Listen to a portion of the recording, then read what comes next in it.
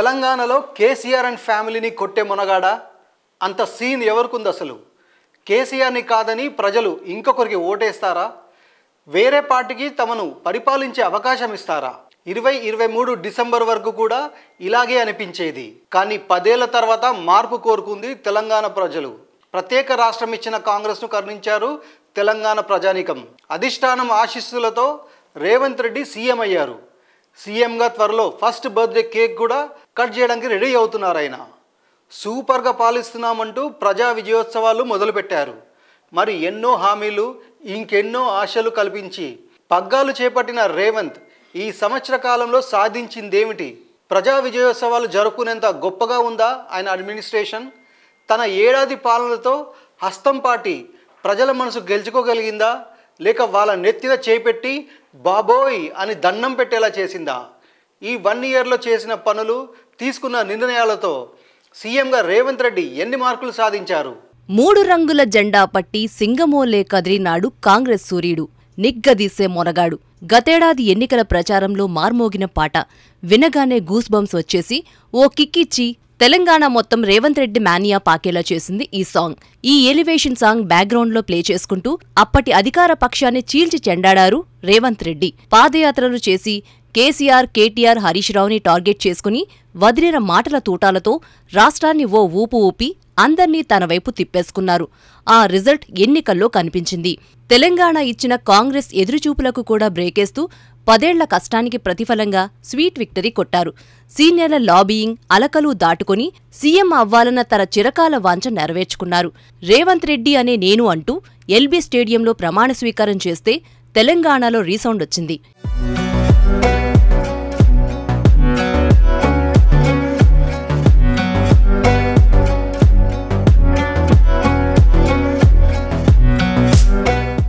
మాటలతో గారడి చేయాలంటే కేసీఆర్ తర్వాతే ఎవరైనా.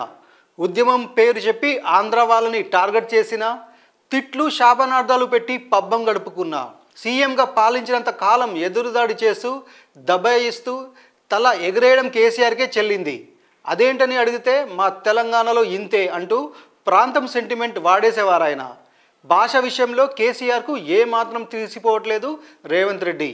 ప్రతిపక్షంలో ఉన్నప్పుడు కేసీఆర్, కేటీఆర్, హరీష్ను ఎదుర్కోవడానికి వాడిన లాంగ్వేజ్నే సీఎం అయిన తర్వాత కూడా ప్రయోగిస్తున్నారు. మరి హోదా మారి బాధ్యతలు పెరిగిన తర్వాత కూడా రేవంత్ ఇదే పంతాను ఎందుకు కొనసాగిస్తున్నారు? హుందాగా వివరించడం మర్చిపోయారా? లేక ఇచ్చిన హామీలు అమలును ఎవరు ప్రశ్నించొద్దంటూ ముందే ఎదురు దాడి చేస్తేనే మనుగడ అని నమ్ముతున్నారా?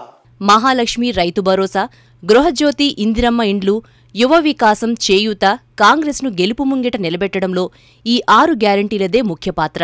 తాము గెలిస్తే మహిళలకు ప్రతి నెల 2500, ఆర్టీసీ బస్సుల్లో ఫ్రీ జర్నీ, 500 రూపాయలకే గ్యాస్ సిలిండర్, రైతులకు ఏటా 15,000, 200 యూనిట్ల ఉచిత విద్యుత్, ఇల్లు లేని వారికి ఇంటి స్థలంతో పాటు నిర్మాణానికి 5 లక్షల సాయం, విద్యార్థులకు విద్యా భరోసా కార్డ్, వృద్ధులకు 4,000 పెన్షన్ ఇస్తామంటూ హామీ. ఇలా అట్రాక్టివ్ ప్రామిస్లిచ్చి ప్రజల్లో ఎన్నో ఆశలు రేపి అధికారంలోకి వచ్చింది కాంగ్రెస్.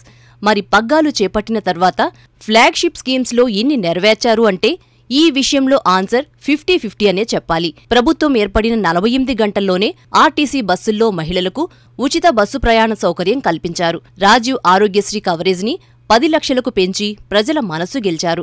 ఆలస్యమైనప్పటికీ విడతల వారీగా రైతు భరోసా పథకాన్ని అమలు చేస్తున్నారు రేవంత్. కాకపోతే ఈ స్కీమ్స్ ప్రారంభించిన తీరు, అమలైన విధానం మాత్రం విమర్శల పాలైంది. ఇక ఉచిత విద్యుత్ సిలిండర్లు, ఇందిరమ్మ ఇళ్లు పథకాలు మాత్రం ఇంకా ఆచరణలోకి రాలేదు.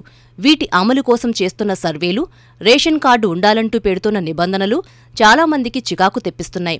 ఇవన్నీ ఒకెత్తైతే భాషపరంగా రేవంత్ తీవ్ర విమర్శలు ఎదుర్కొంటున్నారు. ప్రతిపక్ష నాయకుడిగా ఉన్నప్పుడు చేసిన ఎదురుదాడినే సీఎం అయిన తర్వాత కూడా కంటిన్యూ చేస్తున్నారు. పథకాలు, హామీల అమలు గురించి అడిగితే నోటికి పని చెబుతున్నారు. మాజీ CM KCR, ex ministers KTR, Harish రావుని సెన్సార్ లేకుండా తిట్టేస్తున్నారు రేవంత్. గుంపు మేస్త్రి అంటూ ప్రతిపక్షం చేస్తున్న కామెంట్స్ ని తన మాటలతో నిజం చేసుకుంటున్నారు.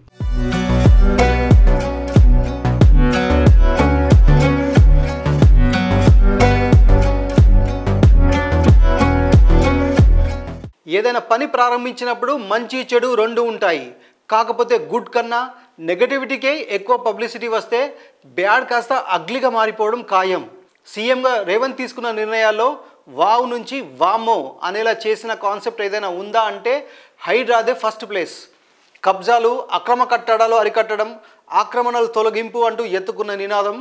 చేసిన ఆలోచన మంచిదే అయినా దాని అమలు తీరే అయితే అతివృష్టి లేకపోతే అనావృష్టి అన్నట్టుగా ఉంది. బిగ్ షాట్స్ అక్రమాల మీద ఎన్ని యుద్ధాలు చేసినా ఎలాంటి వ్యతిరేకత రాదు. కానీ పేద మధ్యతరగతి జోలికి వస్తే మాత్రం ఎంత గొప్ప నిర్ణయమైనా డిజాస్టర్గా మిగిలిపోయే ప్రమాదం ఉంది. హైడ్రా విషయంలోనూ ఇదే జరుగుతుందేమో అనిపిస్తుంది ఒక్కసారి. మరి విపరీతమైన ఒత్తిళ్ల మధ్య పనిచేస్తున్న హైడ్రా ఫ్యూచర్ ఏంటి? ఇంతకీ హైడ్రా హిట్ బొమ్మ, ఫ్లాప్ కాన్సెప్టా? ఎన్నో హామీలిచ్చి ఇంకెన్నో ఆశలు కల్పించి అధికారంలోకి వచ్చారు కాబట్టి అంచనాలు కూడా అదే స్థాయిలో ఉండటం, వెంటనే నెరవేర్చకపోతే డిసప్పాయింట్ కూడా అంతే కామన్. డిసెంబర్లో ప్రమాణ స్వీకారం చేసి అతి కష్టంగా బండి లాక్కొస్తున్న రేవంత్ సర్కార్ మీద సామాన్యుల్లో విపరీతమైన నెగిటివ్ పెరిగేలా చేయడంలో హైడ్రాదే మేజర్ రోల్. జూలై 2024 వరకు అంతంత మాత్రంగానే ఉన్న అసంతృప్తి, ఆవేశాన్ని కట్టలు తెగేలా చేశాయి హైడ్రా బుల్డోజర్లు. భూ కబ్జాలు, అక్రమ కట్టడాలు, ఆక్రమణలు చేసిన వారి భరతం పడతాం, చెరువులను పరిరక్షిస్తామంటూ తెచ్చిన హైడ్రా మొదట్లో ఆ డైరెక్షన్లో వెళ్లినట్టే అనిపించింది. ఇల్లీగల్ కన్స్ట్రక్షన్ని లాగి పారేసింది. ఎవరూ టచ్ చేయలేకపోయిన హీరో నాగార్జున కన్వెన్షన్ సెంటర్ను నేలమట్టం చేసి అందరి దిమ్మా తిరిగేలా చేసింది రేవంత్ సర్కార్. ఈ తెగింపు చూసి అప్పుడు అందరూ ఆహా ఓహో అంటూ పొగిడారు. కానీ హైడ్రా ఎప్పుడైతే సామాన్యులు, మిడిల్ క్లాస్, పేదలుండే బస్తీల వైపు వెళ్లిందో, ఉద్యోగులు కష్టార్జితం కూడబెట్టి కొన్న ఫ్లాట్స్ను నిర్దాక్షిణ్యంగా కూలగొట్టారో అప్పట్నుంచి వ్యతిరేకత మొదలైంది.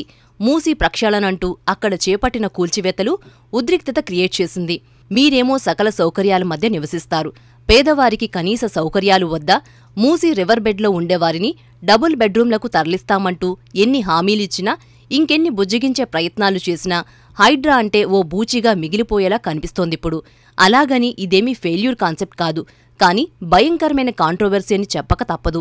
ముందు ముందు ఇంతే కఠినంగా వెళితే ఎదురయ్యే పరిణామాలు కూడా తీవ్రంగా ఉండే ఛాన్సెస్ ఉన్నాయంటున్నారు విమర్శకులు. మరి వీటన్నింటినీ ఎదుర్కొని ఎలా ముందుకెళ్తారో చూడాలి.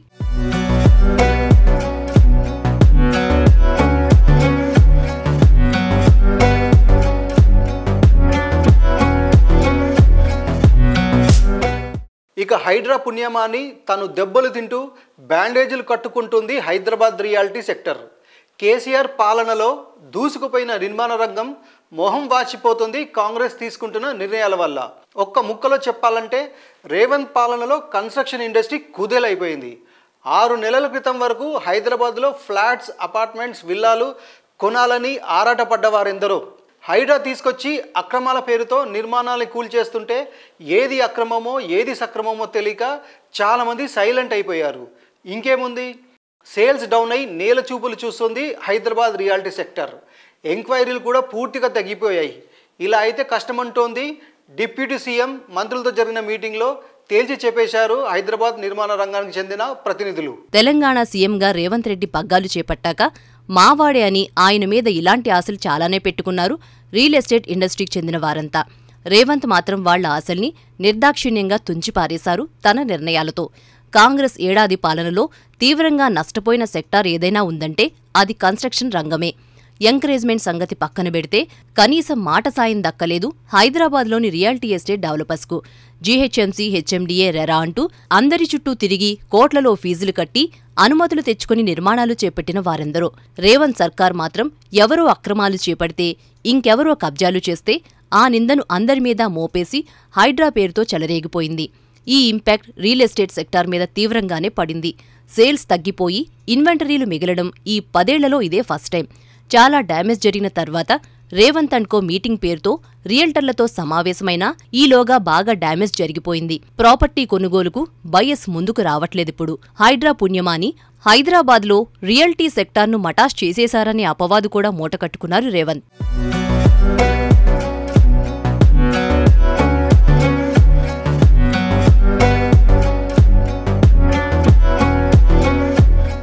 రేవంత్ రెడ్డి సర్కార్ విమర్శలు ఎదుర్కొంటున్న మరో పాయింట్ హైదరాబాద్కి ఇన్వెస్ట్మెంట్స్ అండ్ కొత్త కంపెనీలు రాక. రేవంత్ ప్రభుత్వం కార్పొరేట్ ఫ్రెండ్లీ కాదు, కంపెనీలు రాష్ట్రాన్ని వదిలేసి వెళ్ళిపోతున్నాయి, కంపెనీలు రావడం మానేశాయి అంటూ ప్రతిపక్షాలు చేస్తున్న నెగటివ్ క్యాంపెయిన్ ప్రజల్లోకి, మరి ముఖ్యంగా యూత్లోకి బాగా వెళ్ళింది. నిజానికి పెట్టుబడుల విషయంలో బీఆర్ఎస్ సోషల్ మీడియా ప్రచారం చేస్తున్నంత దారుణంగా ఏమీ లేదు సిచ్యువేషన్. పెట్టుబడుల కోసం ప్రతినిధులతో చర్చలు, టూర్లకు వెళ్తూనే ఉన్నారు ఐటీ మంత్రి శ్రీధర్ బాబు. వచ్చే పరిశ్రమలు క్యూలో ఉన్నాయి, రిబ్బన్లు కట్ అవుతూనే ఉన్నాయి. కాకపోతే గతంలోలా టారెత్తిపోయే ప్రచారం మాత్రం లేదు, అంతే తేడా. అమెరికా, సౌత్ కొరియా దేశాలు పర్యటించి ఆ ట్రిప్స్ లో కూడా ఇన్వెస్ట్మెంట్స్ ను గట్టిగానే లాగారు Revanth, Sridhar Babu and team. 2024-25 financial year first క్వార్టర్లో 9,023 కోట్ల రూపాయల ఎఫ్డీఐలు తెలంగాణలో ఇన్వెస్ట్ చేశాయి. ఇప్పటికే ఐటీ, ఫార్మా సెక్టార్లకు హబ్గా ఉన్న తెలంగాణలో ఆటోమొబైల్ నిర్మాణ రంగం, సంప్రదాయేతర విద్యుత్ రంగాల్లోనూ మరిన్ని పెట్టుబడులకు ప్రయత్నిస్తోంది ప్రభుత్వం.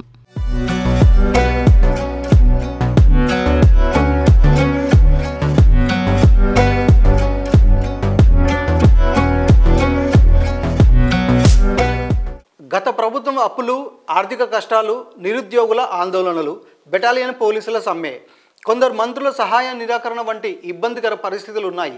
ప్రతి నిర్ణయాన్ని తప్పుపడుతూ వివాదాస్పదంగా మార్చేస్తూ పబ్బం గడుపుకుంటుంది ప్రతిపక్షం. రేవంత్ ఇవన్నీ దాటుకు రావాల్సిందే. నిజానికి ఇప్పటివరకు చేసింది కొంతే, చెప్పింది చేయాల్సింది చాలా ఉంది. ఎవరు పగ్గాలు చేపట్టినా నిలదొక్కుని తన మార్క్ చూపించడానికి కొంత సమయం పట్టడం సహజం. రేవంత్ రెడ్డి ఇందుకు మినహాయింపేం కాదు. కాకపోతే ఇచ్చిన హామీలు పొందాలంటే ప్రజలు ఏం చేయాలో వారికి కన్ఫ్యూజన్ లేకుండా చెప్పాలి. ఏదైనా నిర్ణయం తీసుకుంటే ఓవర్ నైట్లో అప్లై చేసేసి విమర్శలు పాలవకుండా ప్రజల్ని కూడా తన ఐడియాలో భాగస్థులను చేస్తే వారి నుంచి వ్యతిరేకత బదులు సహకారం లభిస్తుంది. కాబట్టి కాస్త ఆవేశం తగ్గించుకొని మొండిగా దూసుకెళ్లడం మానేసి విమర్శల్లో వాడే పదాల్లో కాస్త సెలెక్టివ్గా ఉంటూ పాలిస్తేనే ఫ్యూచర్లో రేవంత్కు ఎలాంటి డోకా ఉండదు. లేదంటే వన్ టైం వండర్గా మిగిలిపోయే అవకాశం ఉందంటున్నారు పొలిటికల్ అనలిస్టులు.